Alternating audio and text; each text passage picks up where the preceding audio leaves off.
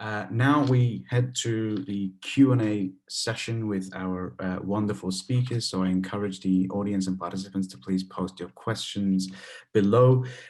Just to keep the conversation engaging, I would like to ask the panelists to respond within 1 minute. I know that's very difficult, but please do your best and keep it short so that we can get through as many questions as possible. And actually, my first question is to Ms. Kennedy. Your organization has been doing an incredible job educating children about human rights and multiple campaigns, in particular in school. What has been the experience? What have been some of the takeaways from that program and campaign? Thank you so much. Yes, so our Speak Truth Power human rights education program is taught all over the world from kindergarten through law school. And it's really 3 parts. One is, what are your rights? Getting kids to know what their rights are, how to identify them, how to assert them. Then the second piece of it is social emotional learning, so that students can express themselves in a way that is respectful and full of dignity, both for themselves and for the people who they're trying to convince to create change. And then the third piece is community organizing, really showing students that they can make a difference. So each of our students takes on a project in their classroom community, their country, or globally on a human rights issue and makes change. Sometimes that's writing a song or creating a play or a video on a human rights issue. And sometimes it's lobbying a government to, or even a school system to change a policy. But in the end, what we're really trying to do is show students that you don't have to win the Nobel Peace Prize in order to be a human rights defender. All of us have courage inside us. All of us have dignity and rights, and all of us can assert those rights on behalf of ourselves and others. Thank you so much, Ms. Kennedy. And I think you rightly pointed out that there was a serious gap in socio-emotional learning in schools and in education. And that's certainly a gap we saw through our research in global schools as well. So thank you for pointing that out, and also for encouraging us to foster that inner human rights activist. The next question is to Antonio. Antonio, you mentioned some big barriers that you're facing through the work of your foundation. Can you give us some examples of those barriers and how you've worked to overcome them or are working to do that?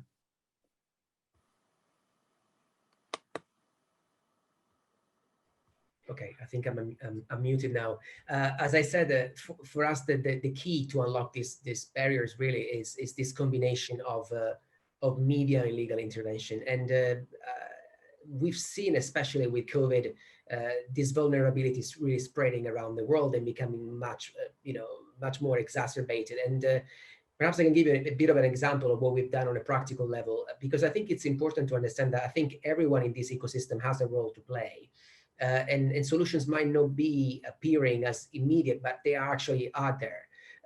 In March this year, for example, we launched something called the COVID-19 Crisis Reporting Hub to really support journalists in the Global South. And we started from Africa because at the time in March, the pandemic really hadn't hit Africa the way it did later. And as we've seen, and this is the starting point for us, this pandemic is not just a health crisis. It's also an information crisis, with misinformation, disinformation, propaganda being really disseminated across the world, putting the lives of many people at risk. And many journalists have zero or very limited health reporting experience. And they found themselves struggling to provide accurate information that can actually, help the populations protecting themselves. So we've also seen governments, by the way, across the world really withholding key information to, for fear that the narratives that might be pushed out there in the media could actually be unfavorable to them. And so our hub is an 8-week training which really equips journalists with the core skills they need to accurately report on the pandemic. It gives reporters access to key experts. It connects them with other reporters that have been covering the crisis in other countries. And to date, we have delivered 5 hubs to journalists from Sub-Saharan Africa to Eastern Europe, Pakistan, Brazil. And next year in January, we will be also launching these hubs to include journalists based in Middle East and North Africa.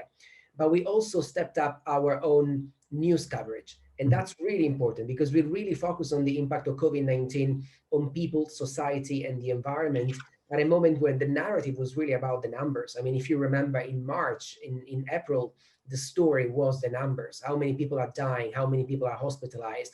But we've written about the rise of domestic violence as a result of COVID. We shed a light on the sufferings of those working at the bottom of supply chains, producing actually the goods that we were consuming desperately at the time when supply chains were in disarray, often without PPE protection with any basic right.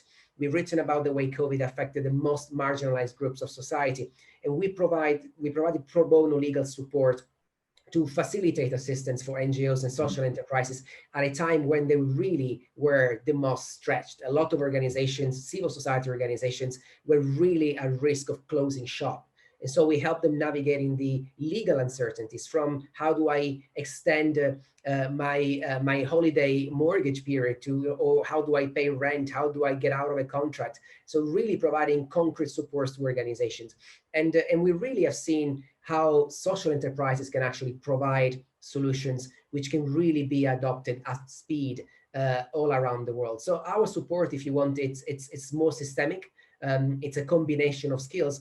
And that is for us what unlock barriers, because we don't work in isolation. I mean, we work with partners that are actually on this goal, including the Robert Kennedy Human Rights Foundation. We work together. We always work in coalition because these issues are so systemic and so large that we cannot no longer continue to work in isolation. We really need to join forces.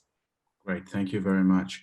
Next, we have a question here from Noha Khalgi, and I'll put this question to Ms. Ibrahim.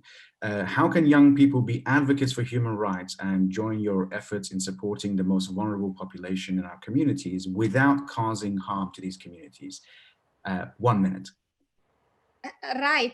Thank you, Noha. I think young people's already doing, and they can do that better by joining the campaign, for example, because there are a lot of campaigns that going on, and everyone can find the campaign who is in his country or his region to join and be an advocate of human rights. But there are also a lot of tools that are in this generation now. All the social media are allowing people to create their own advocacy, their own messages that they want to give out. So understanding what is happening outside and understanding that what is the vulnerable communities are experiencing every day, and making the link to them voices, because most of the vulnerable communities do not have access to the new channel of social media or television or radio or whatever. So if you get those information and put them out for the people to make understand, and then create to make them in the right best approach, to do not create the solution that harm people, that can help also to become an advocate.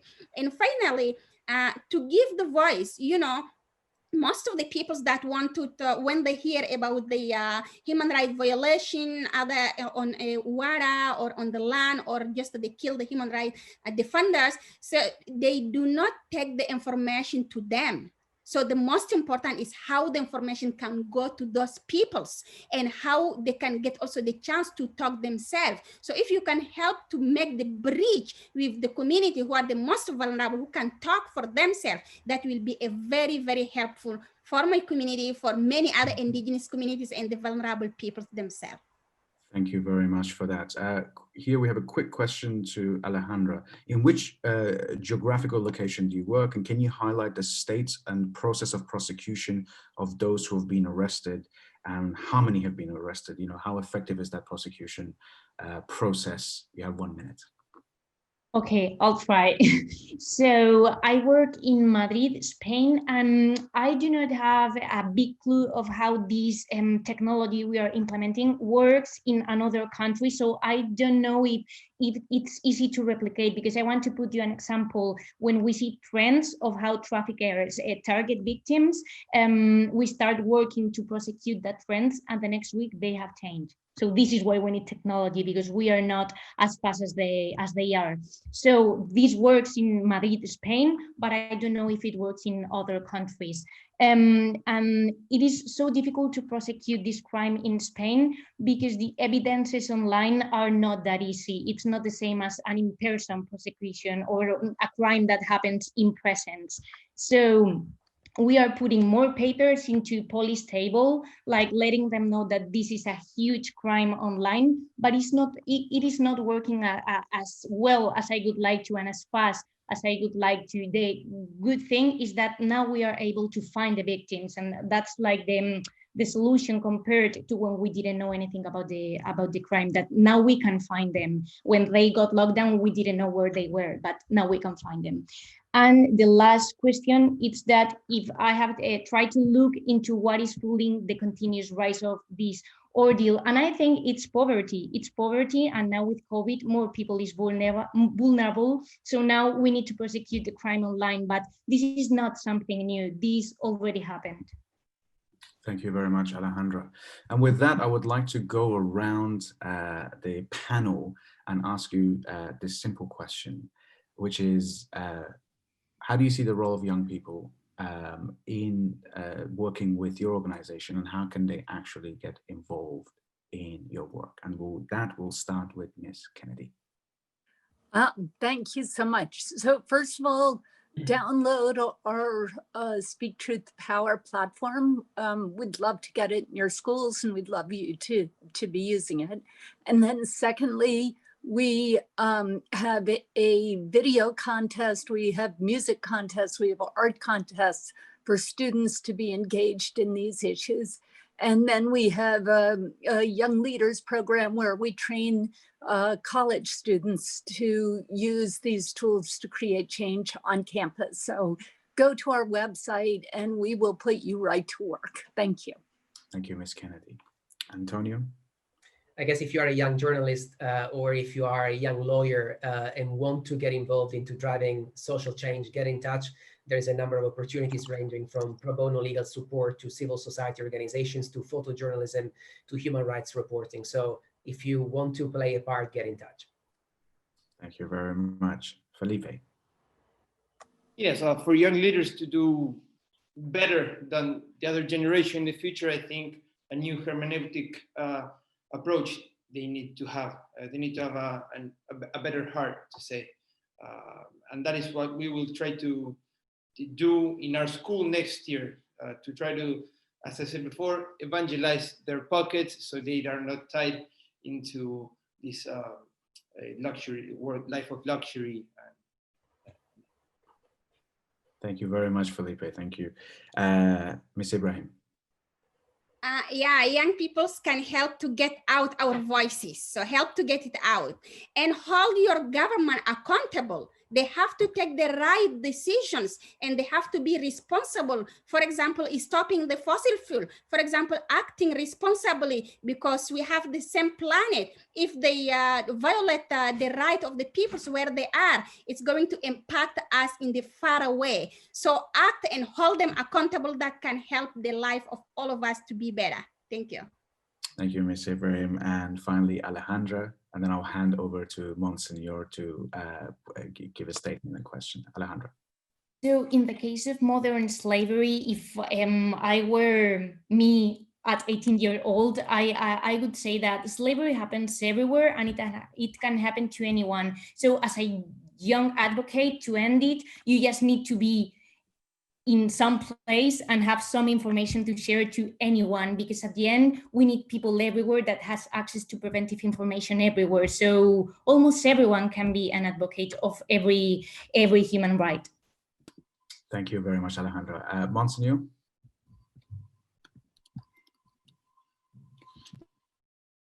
I want to ask to all, it was very, very interesting, the